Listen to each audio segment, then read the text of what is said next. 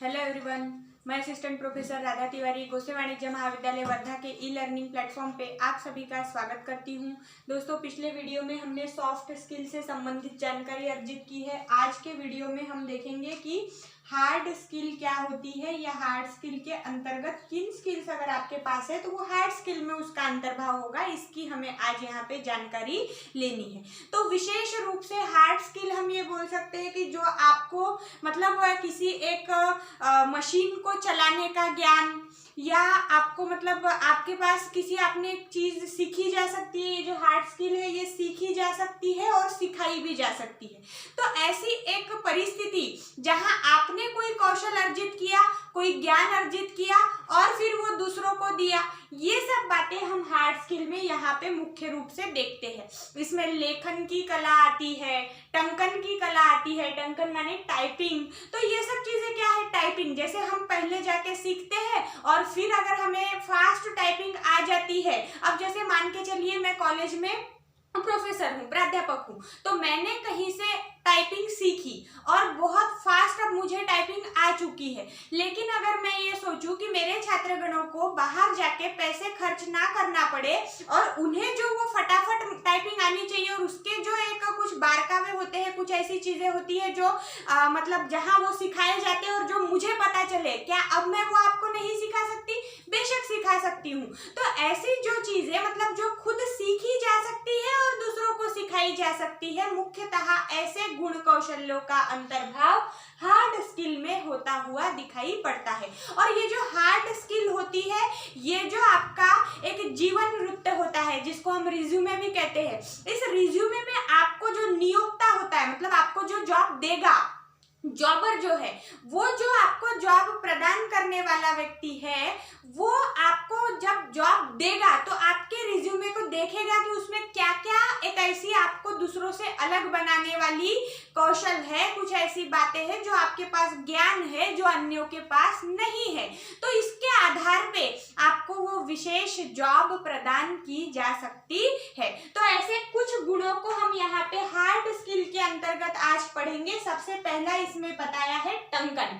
टंकन माने टाइपिंग।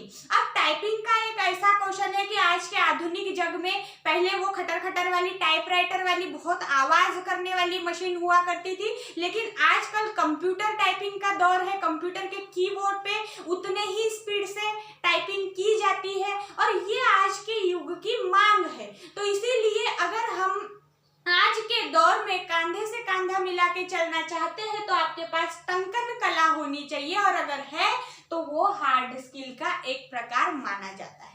उसके बाद है विदेशी भाषाएं, फॉरेन लैंग्वेजेस। मतलब आजकल के जो बच्चे हैं इन्हें बहुत ज्यादा ऐसा लगता है कि मतलब जैसे अंग्रेजी से ही हम शुरुआत करते हैं कि हमें अंग्रेजी आनी चाहिए। हम भारतवर्ष में रह के हमारी हिंदी उतनी स्पष्ट नहीं होती जितनी बच्चों की चाह होती है कि हमें अंग्रेजी एकदम धाड़ धाड़ बोलते आनी चाहिए। कुछ लोग इतने उतावले होते हैं कि वो विशेष एक किसी विश्वविद्यालय में या किसी एक कोर्स के अंतर्गत ऑनलाइन हो ऑफलाइन हो खुद का नामांकन करवा लेते हैं और वहाँ चाइनीज, जापानीज, स्पेनिश ऐसी कई भाषाओं का ज्ञान लेते हैं। अगर आप में से भी कोई ऐसे चाह रखने वाले बच्चे हो कि जिन्हें अन्य भाषाओं का ज्ञान लेना है, तो आपको मैं बता दूं कि हिंदी विश्वविद्यालय में बहुत सारे ऐसे कोर्सेज चलाए जाते हैं जहां पे आप आंग्ल भाषाएं या विदेशी भाषाएं या जिसको फॉरेन लैंग्वेजेस कहा जाता है उसका ज्ञान आप ले सकते हो। और ये बिल्कुल भी गलत मतलब ये नहीं है। मतलब क्या है कि गलत एक ऐसी ये नहीं है, एक बहुत अच्छी बहुत उम्दा एक ख्याल है कि हमें अपनी भाषा के साथ अन्य भाषाएं भी आनी चाहिए। तो इसीलिए ऐसी चाह रखने वाले, अब जैसे मान के चलिए कि आपको अगर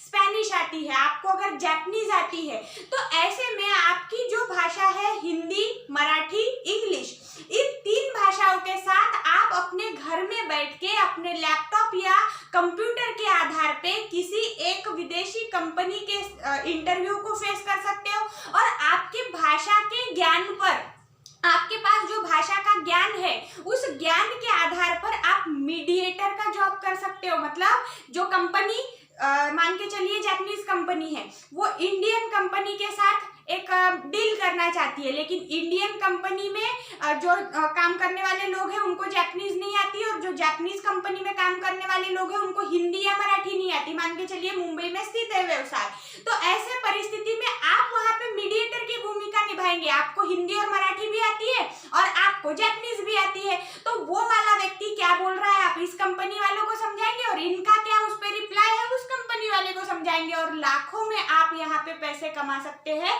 तो इसीलिए आज के दौर में ये एक बहुत बढ़िया उम्दा एक क्या बोलेंगे हम जिसको इंटरेस्टिंग फैक्टर है जो बच्चे बहुत ज्यादा करना पसंद करते हैं। उसके बाद है कंप्यूटर प्रोग्रामिंग। अब कंप्यूटर प्रोग्रामिंग में हम देखते हैं कि बहुत सारी लैंग्वेजेस जैसे कि C++, जावा, VB.NET, ऐसी कई ऐसी प्रोग्रामिंग है जो मतलब जैसे आप कॉमर्स के बच्चे या आर्ट्स के बच्चे अगर कंप्यूटर में रुचि रखते हैं बट उनका जो शिक्षा का स्तर है या शिक्षा की जो कंटेंट्स है उसमें ये सब नहीं आता, बट वो अपने ज्ञान के वर्धन के लिए अगर कहीं और जाते हैं और ये सब चीजें सीखते हैं तो वो उनके हार्ड स्किल है। और एक कॉमर्स के व्यक्ति को अगर कंप्यूटर प्रोग्रामिंग करते आती है तो ये डेफिनेटली उसका रिज्यूमे स्ट्रांग बनाने का काम करती है। इसीलिए हार्ड स्किल में कई ऐसी स्किल्स होती है जो आपको दूसरों से अलग बनाने की कोशिश करती है और बनाती भी है। उसके बाद है लेखन कौशल।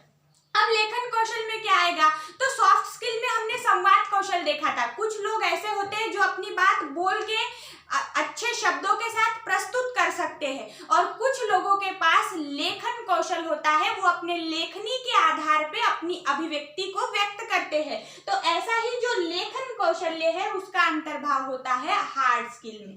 फिर है आपके प्रमाण पत्र या डिग्रियां। अब जैसे विदेशी भाषा सीख ली हिंदी विश्वविद्यालय से, तो वहां से जिस भी मतलब एक विदेशी यूनिवर्सिटी के साथ या विश्वविद्यालय के साथ उनका टाई अप होगा, वहां का आपको सर्टिफिकेट मिलेगा।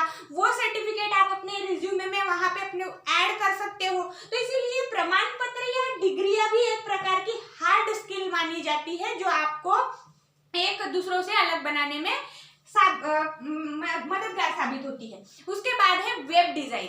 अब वेब डिजाइन क्या है, तो बहुत सारी कंपनियां या जिसको हम बोलेंगे कि जैसे हमारे कॉलेज का भी एक पर्टिकुलर वेबसाइट है और उस वेबसाइट को हमारे कॉलेज के ही कुछ प्रोफेसर्स ने डिजाइन किया है। तो ये जो अलग अलग वेबसाइट को डिजाइन करना होता है ये सब आता है वेब डिजाइन में। अब जैसे हर साल हमारे कॉलेज के या हमारे महाविद्यालय के छात्र मेरिट लिस्ट में आते हैं, तो पिछले साल कोई दूसरा बच्चा मेरिट था, आज इस साल कोई दूसरा होगा, अगले साल कोई और होगा। मतलब ये जो वेबसाइट है इसमें निरंतर बदलाव करते रहना है। तो ये जो वेब डिजाइनिंग वाले लोग होते हैं ये बदलाव की जो प्रक्रिया है इस पे काम करते हैं।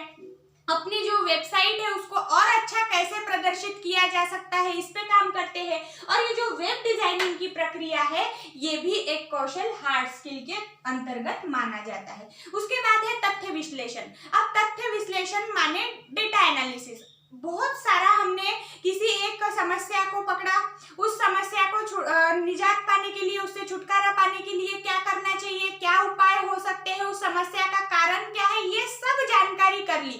तो ये जानकारी करने के बाद जो तथ्य, जो जानकारी, जो इंफॉर्मेशन इकट्ठा हुई है, जो डेटा इकट्ठा हुआ है उसको हमें विश्लेषित करते आना चाहिए, उसका बखान करते आना चाहिए, और ये कौशल आता है हार्ड स्किल का एक स्वरूप माना जाता है। उसके बाद है अकाउंटिंग। अब अकाउंटिंग जैसे कि हम कॉमर्स के लोग हैं, गणित एवं अकाउंटिंग से संबंधित जितनी भी मतलब प्रक्रियाएं है उसमें हम प्रवीण होना चाहिए, कुशल होना चाहिए, और उसके आधार पे कोई भी ऐसी समस्या आ जाती है तो हम वो सॉल्व कर सकते हैं। तो ये सब बातें आती है हार्ड स्किल के विभिन्न प्रकारों में या स्वरूपों में। इसके बाद के वीडियो में हम फिर से अगर कोई पार्ट हमारे फर्स्ट यूनिट का रह गया होगा तो उसके साथ में आपके लिए यहाँ पे एक वीडियो बना दूंगी, या फिर हम सीधा हमारे सेकेंड यूनिट पे मूव करेंगे। तब तक के लिए शुक्रिया।